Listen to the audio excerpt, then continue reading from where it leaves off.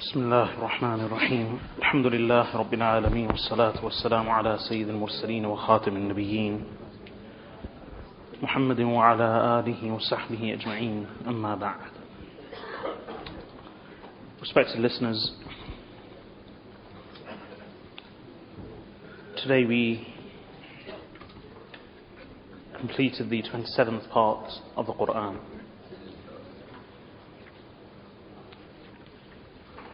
First of all, we read Surah Al-Dhariyat, which is a Meccan surah. In the portion that we read today, Allah subhanahu wa ta'ala speaks about Sayyidina Ibrahim alayhi salatu wassalam, and then Sayyidina Musa alayhi salatu wassalam very briefly. Allah also mentions the nations of Ad and Thamud and how they were destroyed, and also the people of Nuh alayhi salatu wasalam when they opposed their prophets. Allah then speaks about some of the signs in His creation,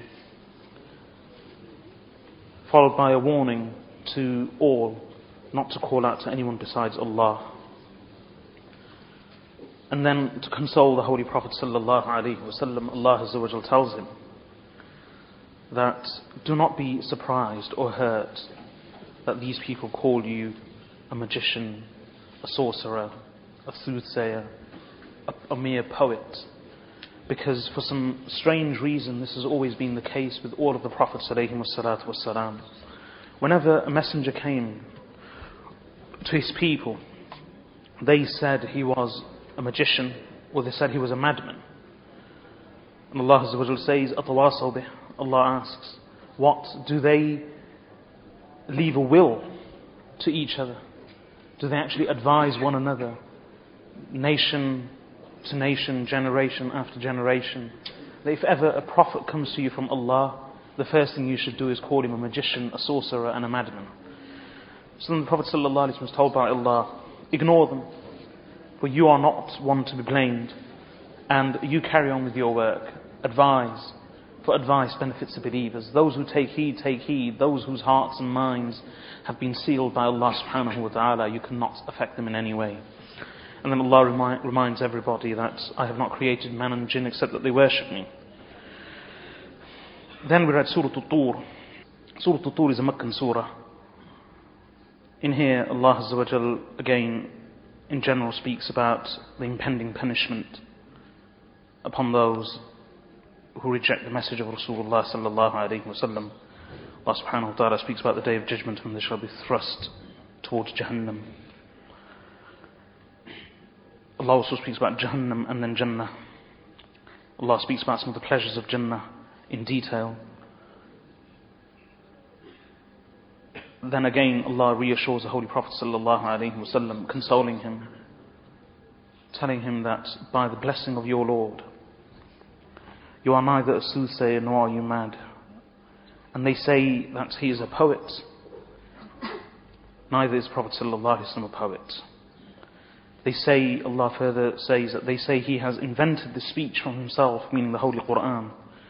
Nay, challenge them then, O Prophet ﷺ, that if this is the case that a man can produce speech like the Holy Qur'an, then you collectively produce something similar to it, if you are true in your claim. Allah then informs Prophet ﷺ that forget these people. They are so obstinate and stubborn, intransigent, that even if they were to see a portion of the heavens break away from the sky and fall upon them, even though it would be hurtling towards them as a punishment from Allah, they are so blind to the truth that they would look up to it and say, Sahabun markum, these are merely dense clouds. So Allah Azza wa Jalla says, leave them until they meet their fate on that day when they shall fall down unconscious. And Allah finally tells the Prophet sallallahu alaihi wasallam, remain patient by the command of your Lord, for you are in our sights. And him the praise of your Lord when you stand, and at night, and him the praise of your Lord at the time of the setting of the stars. We then read Surah Al-Najm. Surah Al-Najm. Surah Al-Tur has been named Tur because of the very first word, Tur, which means by the mountain. And Surah Al-Najm Again, it has been named after the very first word of the surah, وَالنَّجْمِ إِذَا هَوَى, by the star when it sets or when it falls. This surah is a very famous surah of the Qur'an, and it deals with a few topics which I will inshallah briefly explain. In the beginning, Allah subhanahu wa ta'ala speaks about the Prophet sallallahu alaihi wasallam's meeting with Sayyidina Jibreel alayhi salatu wassalam, as well as the Prophet sallallahu alaihi wasallam's miraculous journey on Mi'raj, when he ascended to the heavens in the company of the angels, and he was shown Jannat, Jahannam, and he met Allah subhanahu wa ta'ala. This was in the famous night of Isra and Mi'raj, part of which has also been mentioned in Surah Bani Israel. Allah then speaks about some of their gods, Lat, Uzza and Manat. And Allah says that, what? Should you pagans exclusively have male children for yourselves, and you ascribe female children to Allah? The reason is that the Arabs had these famous gods, Lat, Uzza and Manat. These were the most famous goddesses. And they were considered female birds. Even their shape, they were in the shape of birds with sharp beaks and feathers to the side, etc. Now these were goddesses, they weren't male gods, they were goddesses. Lat, Uzza and Manat were the three most famous Arab deities. And so much so that many of the Arabs would name themselves after these gods, calling themselves Abdul Uzza and Abdul Manat and Abdul Lat, the servant of Uzza, the servant of Lat, Manat. And because these were goddesses, they called them the daughters of Allah subhanahu wa ta'ala. So Allah Azza wa Jal says, أَفَرَأَيْتُمُ اللَّاتَ وَالْعُزَّةِ, do you see Lat, Uzza, وَمَنَاتَ الثَّالِثَةَ الْأُخْرَى, and the third goddess, Manat? أَلَكُمُ الذَّكَرُ وَلَهُ الْأُنْثَى, should you have male children and he have females? That the Arabs used to pride themselves in male children, and they would show great disdain to girls. They would frown upon the birth of a girl. And that's why the Arabs would bury their girls alive after birth, for this brought great shame upon the family. And as I've mentioned many times before, unfortunately, this jahil and ignorant practice continues unabated in many of our Muslim communities, in Asia as well as Africa, and even in parts of the Middle East, but especially in Asia, where girls are looked down upon at birth. And so much so that even in this country, there's a custom amongst some sections of the Asian Muslim community that if a boy is born, there is great festivity, joy and celebration, and the distribution of sweetmeats, etc. If a girl is born, there's total silence. And it's considered an insult and an offence and an affront to the family. If someone even offers their compliments, it's almost as though condolences have to be offered at the birth of a girl. So the Arabs had a similar mentality, in fact even more intense. And so Allah subhanahu wa ta'ala says what? You should ascribe girls to Allah, that Allah has daughters called Uzza, Manat and Lat. But for you yourselves, you want exclusive male children. I've mentioned this in some detail because I will come back to it later on in order to explain something about Surah Al-Najm.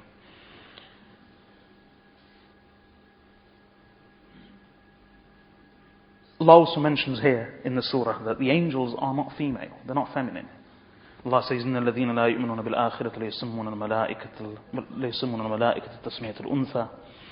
Verily those who do not believe in the hereafter, they give the angels the names of females. Cherubs and feminine angels. The angels have not been made feminine by Allah subhanahu wa ta'ala. They are not females. Allah says, وَمَا لَهُمْ بِهِ مِنْ عِلْمٍ, they have no such knowledge. They are merely following conjecture and opinion, and verily conjecture does not avail of the truth in the least. Allah speaks about His greatness as well, and then mentions Sayyidina Ibrahim alayhi salatu wassalam. Then there are some very beautiful verses which speak about one, for example, man's burden upon his own shoulders. Allah tazra waziratun wizra ukhra, وأن ليس للإنسان إلا ما سعى وأن سعيه سوف يرى ثم يجزاه الجزاء الأوفى وأن إلى ربك المنتهى. Allah says that no soul shall bear the burden of another soul, and man will not receive anything except that which he has earned himself, and his effort shall be observed, then he will be repaid in full, and to your Lord is the return. Allah then mentions a few more things about His power, greatness, how He is the one who gives life and death. He is the one who causes people to cry and causes people to laugh. He is the one who gives joy. He is the one who gives happiness as well as sorrow and pain.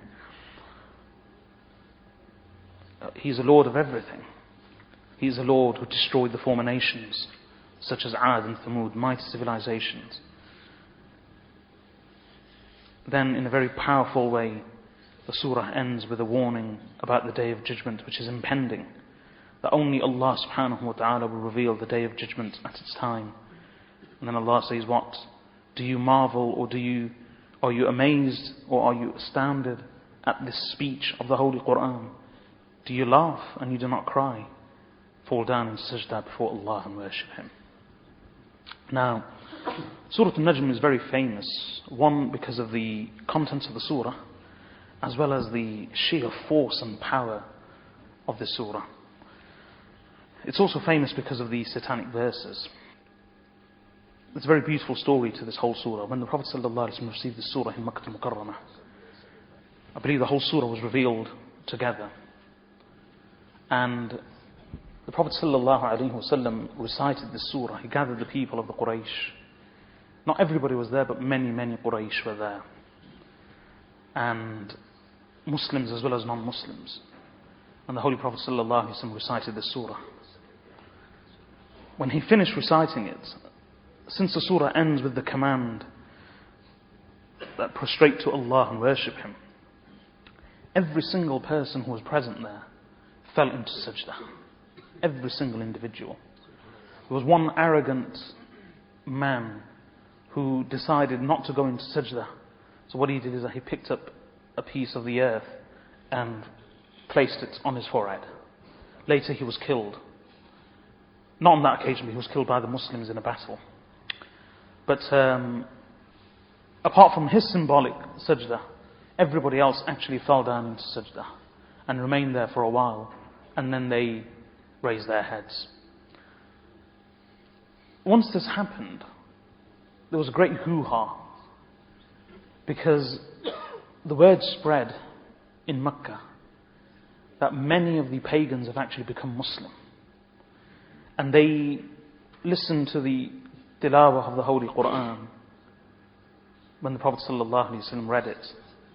And then they fell down into sajda. Therefore they have embraced Islam, they have accepted the teachings of the Qur'an, and upon the instruction and command of Allah in the Qur'an, on the lips of the Prophet ﷺ, they actually fell down into sajda.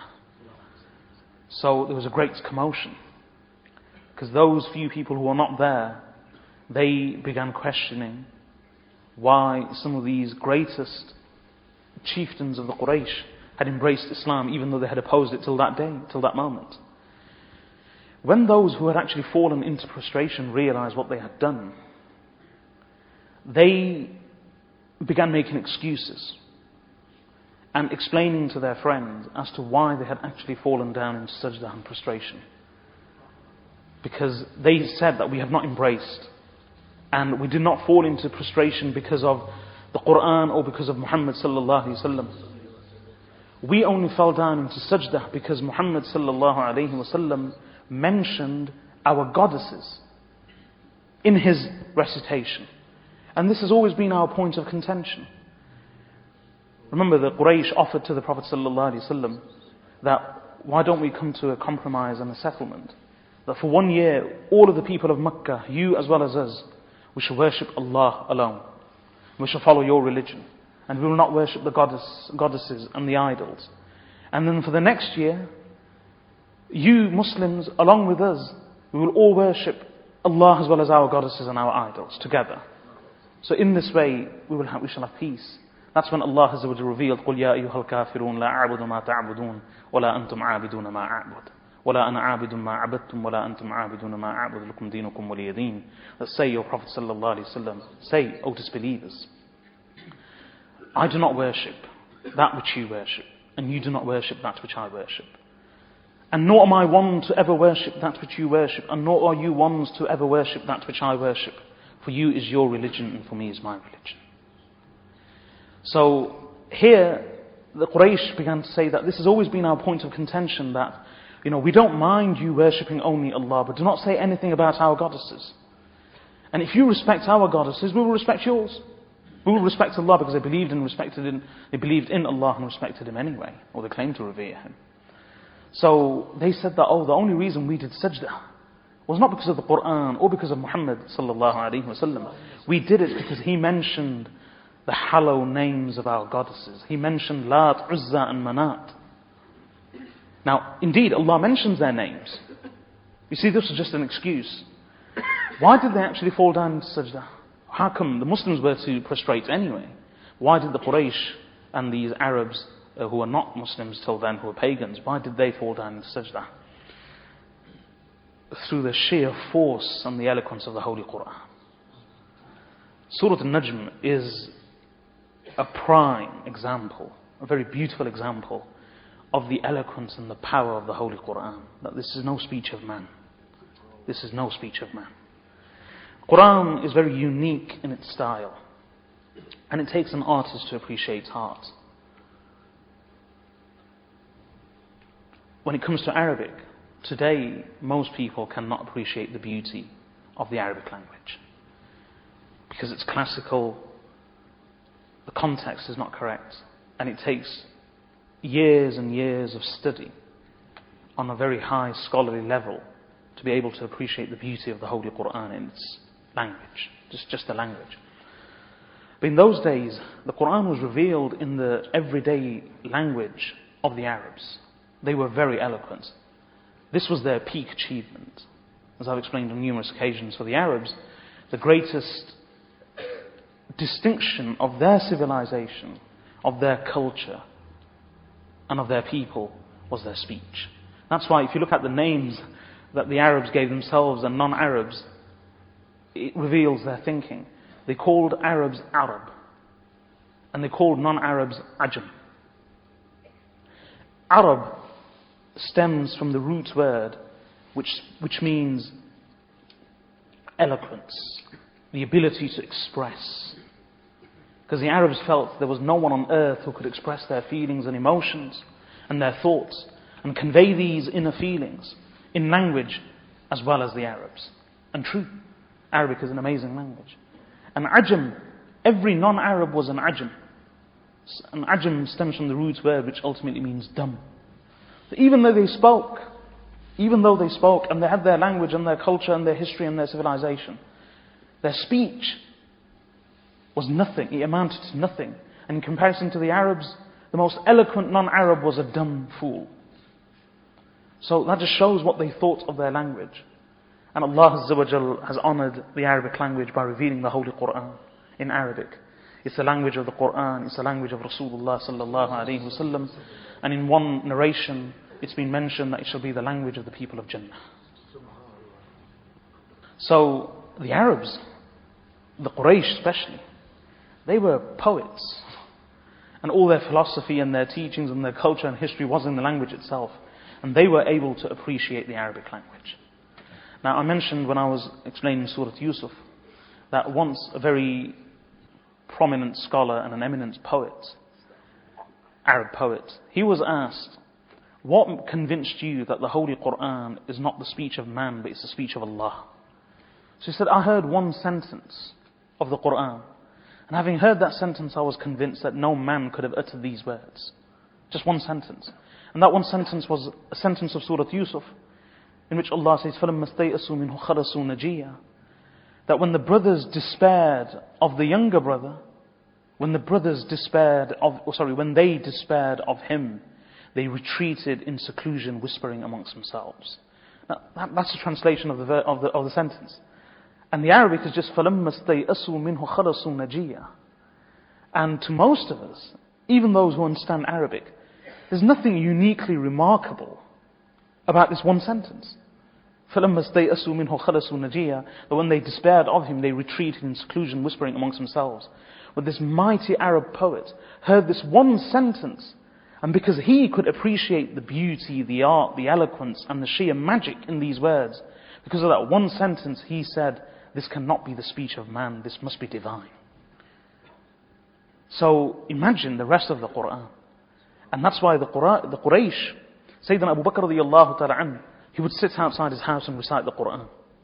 So the Quraysh gathered, and because they couldn't do anything to Sayyidina Abu Bakr as-Siddiq radiyallahu ta'ala anhu, they came together collectively and forcibly tried to stop him from reciting the Qur'an. And they said to him, if you wish to recite the Qur'an, recite privately inside your house. Do not recite outside. Why? Because when he used to recite outside, people would gather and listen to the Holy Qur'an being read. And they were mesmerized. And anybody would recite the Qur'an, the magic would work on them. They were mesmerized by the sheer beauty and eloquence of the Holy Qur'an. And this is a style in the beauty of the Qur'an. At times, the words flow very soothingly and calmly, in a very comfortable, eloquent, subtle manner, as is the case with some of the Madani surahs. And sometimes the Qur'an, the rhythm is fast, upbeat, strong, with balance, short, abrupt, but hard. Sometimes the sheer force of the words of the Qur'an are overwhelming. And sometimes the Qur'an, the speech is like water flowing over rocks. At times it's like rock itself, hitting hard. But whatever the style, whatever the flow, whatever the speed and the rhythm, whatever the pace, and whether the words actually rhyme or not, each instance of the Qur'anic speech is unbelievable, it's truly amazing. And Surah An-Najm is just one example of part of the Qur'an, where the words are hard-hitting, they are very rhythmic, with a fast pace, but they are very hard-hitting. And the sheer force and power in these words is such, if I can just give an example, I mean, even if you don't understand, just listen to the words and the impact that they should have. Allah subhanahu wa ta'ala in Surah An-Najm, in the beginning when he speaks about the Prophet sallallahu alaihi wasallam's meeting with Jibreel alayhi salatu wassalam, he begins, وَالنَّجْمِ إِذَا هَوَى مَا ضَلَّ صَاحِبُكُمْ وَمَا غَوَى وَمَا يَنْطِقُ عَنِ الْهَوَى إِنْ هُوَ إِلَّا وَحْيٌ يُوحَى عَلَّمَهُ شَدِيدُ الْقُوَى ذُو مِرَّةٍ فَاسْتَوَى وَهُوَ بِالْأُفُقِ الْأَعْلَى ثُمَّ دَنَا فَتَدَلَّى فَكَانَ قَابَ قَوْسَيْنِ أَوْ أَدْنَى فَأَوْحَى إِلَى عَبْدِهِ مَا أَوْحَى مَا كَذَبَ الْفُؤَادُ مَا رَأَى أَفَتُمَارُونَهُ عَلَى مَا يَرَى. These are the words, a translation, by the star when it falls. Your companion has neither erred nor has he become wayward, and he does not speak of his desire. This is but a revelation which is sent to him. The one who is mighty in power taught him, one of strength, and then he stood upright. He, when he was in the highest horizon, then he came close and then came closer. Thus he was as close as two bows, nay, even closer. And then he revealed to his servant that which he did reveal. The heart did not lie about what it saw. Do you dispute with him over what he saw? Now, we may not be able to appreciate the beauty in English, but the Arabic, the force is just unbelievable. Then when Allah Azza wa Jalla later on speaks about His own power, for example, those verses which are recited about man earning and receiving only what he earns. Allah Azza wa Jalla says, أَلَّا تَزْرُ وَازِرَةٌ وِزْرَ أُخْرَى وَأَنْ لَيْسَ لِلْإِنسَانِ إِلَّا مَا سَعَى وَأَنَّ سَعْيَهُ سَوْفَ يُرَى ثُمَّ يُجْزَاهُ الْجَزَاءَ الْأَوْفَى وَأَنَّ إِلَى رَبِّكَ الْمُنْتَهَى وَأَنَّهُ هُوَ أَضْحَكَ وَأَبْكَى وَأَنَّهُ هُوَ أَمَاتَ وَأَحْيَا وَأَنَّهُ خَلَقَ الزَّوْجَيْنِ الذَّكَرَ وَالْأُنْثَى مِنْ نُطْفَةٍ إِذَا تُمْنَى وَأَنَّ عَلَيْهِ النَّشْأَةَ الْأُخْرَى وَأَنَّهُ هُوَ أَغْنَى وَأَقْنَى وَأَنَّهُ هُوَ رَبُّ الشِّعْرَى وَأَنَّهُ أَهْلَكَ عَادٍ الْأُولَى وَثَمُودَ فَمَا أَبْقَى. The words, Allah Azza wa Jalla says, and that no soul shall bear the burden of another soul, and that man shall not have except that which he has earned himself, and his effort shall be observed soon. Then he shall be repaid in full for what he has earned, and to your Lord is the ultimate return. Allah then says, and it is He, Allah, who causes people to laugh and to cry. It is He who gives life, and it is He who gives death. It is He who created things in pairs, man and woman, from a drop that is thrown out. And upon Allah is the final resurrection. It is He who enriches and who impoverishes. It is He who is the Lord of the Shi'ra, a certain star. And it is He who destroyed the first people of Ad, as well as the people of Thamud, and He left nothing. The words are truly powerful. And in the end, when Allah Azza wa Jal says, أزفت الآزفة ليس لها من دون الله كاشفة أفمن هذا الحديث تعجبون وتضحكون ولا تبكون وأنتم سامدون فاسجدوا لله واعبدوا. Don't forget to do sajda. Allah Azza wa Jal says, أزفت الآزفة, and the impending day of judgment has arrived. There is none to reveal it besides Allah. What? Do you marvel at the speech of the Qur'an, and you laugh and you do not cry? And then in the end, Allah Azza wa Jal says, fall down into sajdah before Allah and worship Him. Now, when the Quraysh heard this Qur'an being recited by Rasulullah sallallahu alayhi wasallam, they were just overwhelmed, and they fell down into sajdah, remaining prostrate therein for a short while. And then when they sat up again, some of them realized what they had done. So they had to make an excuse as to why they fell into sajdah. So they said, you see, he praised our goddesses. And then they invented 2 verses which they interpolated into Surah Al-Najm. So Surah Al-Najm, part of the verses are أَفَرَأَيْتُمُ اللَّاتَ وَالْعُزَّى وَمَنَاةَ الثَّالِثَةَ الْأُخْرَى أَلَكُمُ الذَّكَرُ وَلَهُ الْأُنْثَى تِلْكَ إِذًا قِسْمَةٌ ضِيزَى. That do you not see Lat and Uzza and the third goddess Manat? What should you have males and he have females? This is a very remarkable or very just distribution indeed, Allah says sarcastically. This is what the Prophet ﷺ actually recited. But the Quraysh, what they decided to do is interpolate 2-3 words in this surah. And they said, we only prostrated because he praised our goddesses, saying, أَفَرَأَيْتُمُ اللَّاتَ وَالْعُزَّى وَمَنَاةَ الثَّالِثَةَ الْأُخْرَى تِلْكَ الْغَرَانِيقُ الْعُلَى وَإِنَّ شَفَاعَتَهُنَّ لَتُرْتَجَى. They actually interpolated 2 verses, تِلْكَ الْغَرَانِيقُ الْعُلَى وَإِنَّ شَفَاعَتَهُنَّ لَتُرْتَجَى, saying that, what, do you not see Lat and Uzza and the third goddess Manat? And then they invented the verse, تِلْكَ الْغَرَانِيقُ الْعُلَى, these are the high soaring birds. وَإِنَّ شَفَاعَتَهُنَّ لَتُرْتَجَى, and verily their intercession is to be expected and hoped for. And that's a lie. So you see, these are the 2 satanic verses that were introduced by the Quraysh into Surah Al-Najm in order to justify their sajdah. Salman Rushdie, la'anahullah, he is the one, well, he actually took this whole story and he bases much of his novel on this story. And this is the reason for the title of his novel, Satanic Verses. When he says satanic verses, he's referring to those 2 interpolated verses of Surah Al-Najm, interpolated and inserted into the Qur'an by the Quraysh. Anyway, this is why Surah Al-Najm is quite famous. We then read Surah Al-Qamar. Again, it's a Meccan surah, mainly speaking about different things, including the people of the past, etc. One of the sentences which is repeatedly mentioned in Surah Al-Qamar is the phrase وَلَقَدْ يَسَّرْنَا الْقُرْآنَ لِلذِّكْرِ فَهَلْ مِن مُدَّكِرٍ, that verily we have made the Qur'an easy to understand, so is there anyone who understands and takes heed? In the beginning, Allah Azza wa Jalla speaks about, Allah says, the hour has come nigh and the moon has split, and even if they see every sign they will turn away and say this is constant magic. This is why the whole surah has been named Surah Al-Qamar. Allah subhanahu wa ta'ala speaks about the splitting of the moon physically, yes. During the time of Rasulullah sallallahu alayhi wa sallam, he pointed to the moon and the moon did split, and that's been mentioned in the surah. Again, the words are very powerful, and the surah ends with a very beautiful verse. Allah Azza wa Jal says, well, you can just go back. Allah Azza wa Jal says, وَلَقَدْ أَهْلَكْنَا أَشْيَاعَكُمْ فَهَلْ مِن مُدَّكِرٍ, and verily we have destroyed the likes of you, so is there anyone who takes heed? وَكُلُّ شَيْءٍ فَعَلُوهُ فِي الزُّبُرِ, and everything that they did and committed is recorded in the scriptures. وَكُلُّ صَغِيرٍ وَكَبِيرٍ مُسْتَطَرٍ, and every minor and major deed is recorded. إِنَّ الْمُتَّقِينَ فِي جَنَّاتٍ وَنَهَرٍ, verily those who have taqwa shall be in gardens and streams. فِي مَقْعَدِ صِدْقٍ عِنْدَ مَلِيكٍ مُقْتَدِرٍ, in a seat of honesty by a king who is all powerful and almighty. Then we read Surah Al-Rahman. Surah Al-Rahman is a Madani surah, but the style is of the Meccan surahs. Again, very poetic, very rhythmic, and very sweet. In the surah, Allah subhanahu wa ta'ala, men love this surah.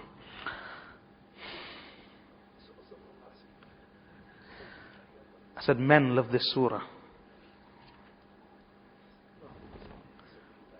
Because Allah subhanahu wa ta'ala constantly speaks about the hur'een. Everyone's sleeping.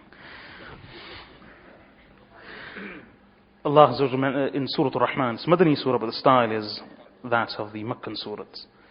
Very beautiful and rhythmic. Allah Azza wa Jalla mentions many things.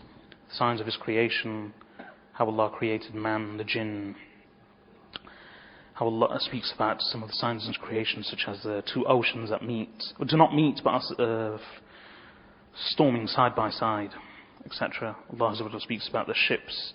Allah speaks about His greatness. How Allah on the Day of Judgment shall judge between all jinn and mankind. How people shall be punished. Allah constantly asks in this surah, فَبِأَيِّ آلَاءِ رَبِّكُمَا تُكَذِّبَانِ, that which of the favours of your Lord do you deny, i.e. both jinn as well as mankind. Allah mentions briefly some of the pains of Jahannam. Then Allah also mentions the gardens of Jannah towards the end of the surah. Approximately 30 or more verses are just about Jannah and the people of Jannah and the pleasures that they shall enjoy therein. May Allah subhanahu wa ta'ala make us amongst the people of Jannah. We then read Surah Al-Waqi'ah. Again, this is a Meccan surah. Waqi'ah means the calamity, i.e. the occurring calamity. Speaking about the Day of Judgment. The Day of Judgment has many names in the Qur'an. Sa'ah, Waqi'ah, Al-Haqqah, Al-Ghashiyah. All of these, Azifa, all of these are names of the Day of Judgment. Again, in this surah, Allah subhanahu wa ta'ala speaks about the people of Jahannam. Allah also speaks about the people of Jannah in many different ways. Finally, we read Surah Al-Hadeeth. Surah Al-Hadeeth is a Madani surah, and the style is very different from the other surah, from the Meccan surahs. Here, the verses are longer, the verses are flowing. Surah Al-Hadeeth, it means the iron, because Allah Azza wa Jalla mentions iron as part of His favours in the surah. But the topics of Surah Al-Hadeeth are quite different to the Meccan surahs. Well, initially Allah subhanahu wa ta'ala speaks about the creation of the heavens and the universe, His kingdom and dominion, and Allah Azza wa Jalla speaks about Himself and His knowledge. And then Allah questions people as to why they do not believe in Allah and His Rasul sallallahu alayhi wa sallam, and why they do not spend. And then Allah praises and those who do spend and encourages them. Then Allah speaks about the Day of Judgment and how the believers shall have their nur running before them, and how the disbelievers and the hypocrites will be begging the believers to give them part of their nur and their light. And then Allah also reminds believers that has the time not come for their hearts to succumb to the remembrance of Allah and His dhikr.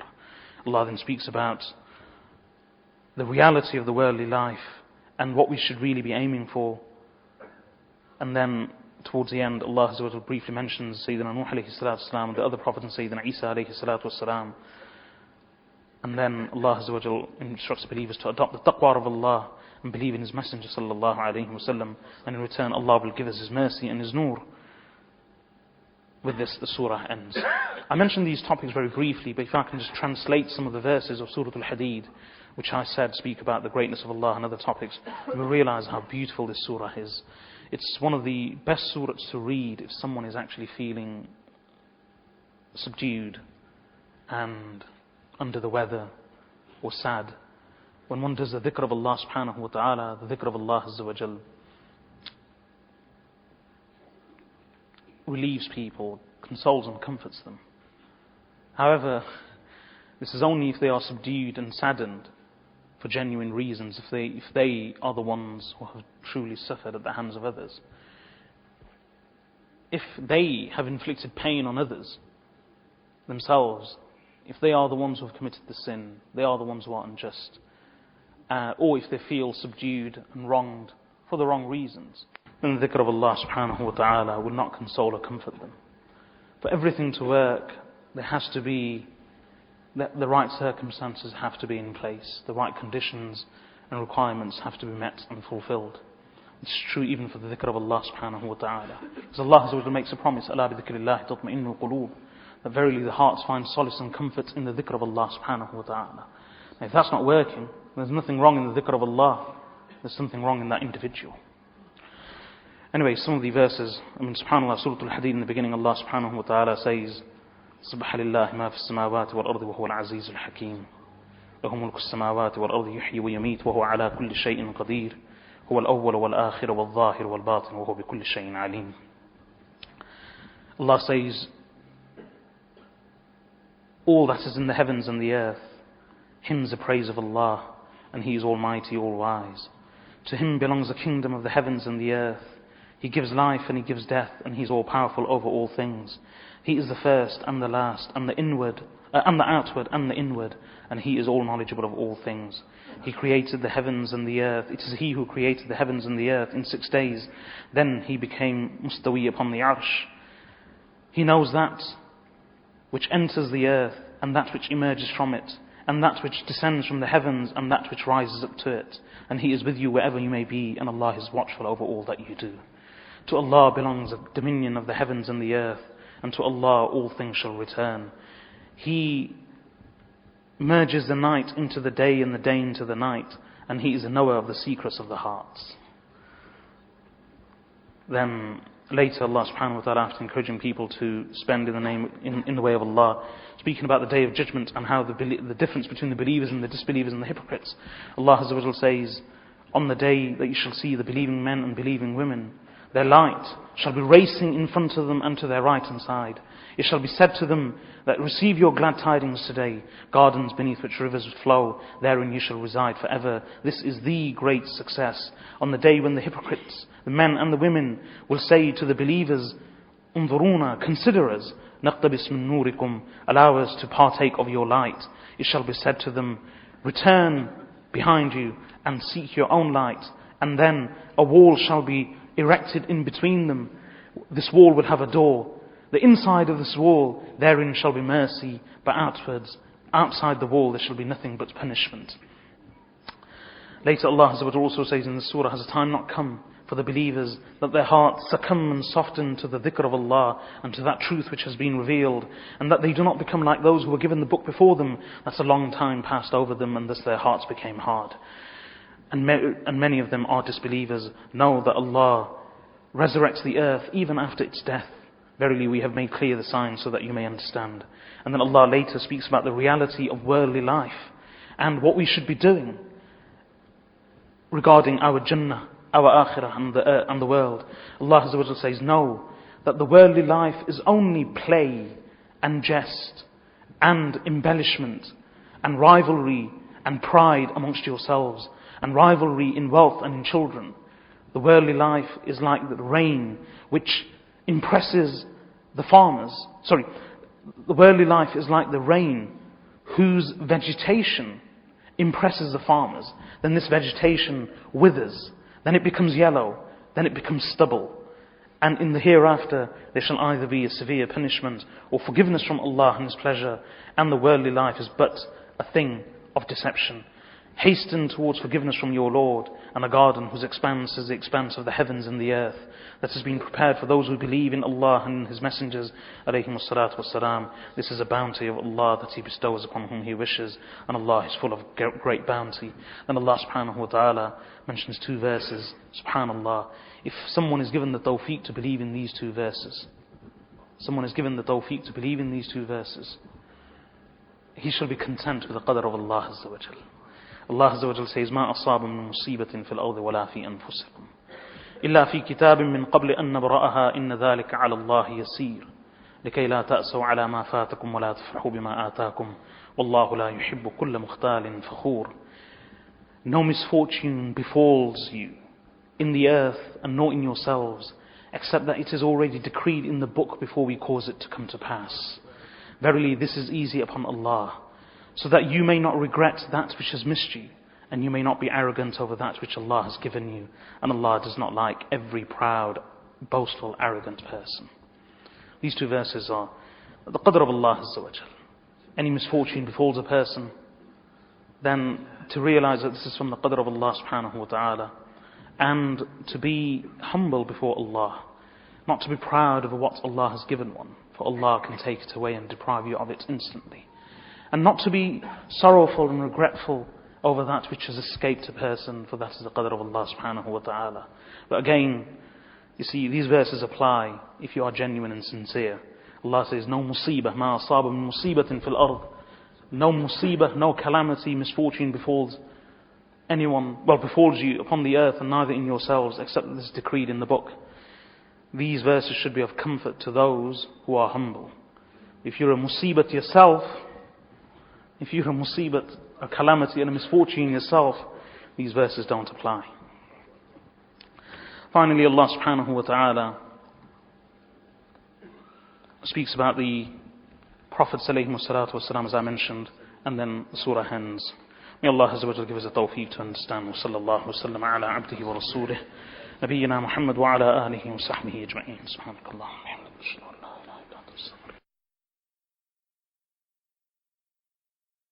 This lecture was given by Shaykh Abu Yusuf Riyadh al-Haq and has been presented to you by Al-Kawthar Productions. For further information, additional lectures and books, contact us on 0121 773 5191 or alternatively by post at Al-Kawthar Productions, P.O. Box 6008, Birmingham, B10 0UW, United Kingdom, or visit our website at www.alkawtharacademy.org. Assalamu alaikum wa rahmatullahi wa barakatuh.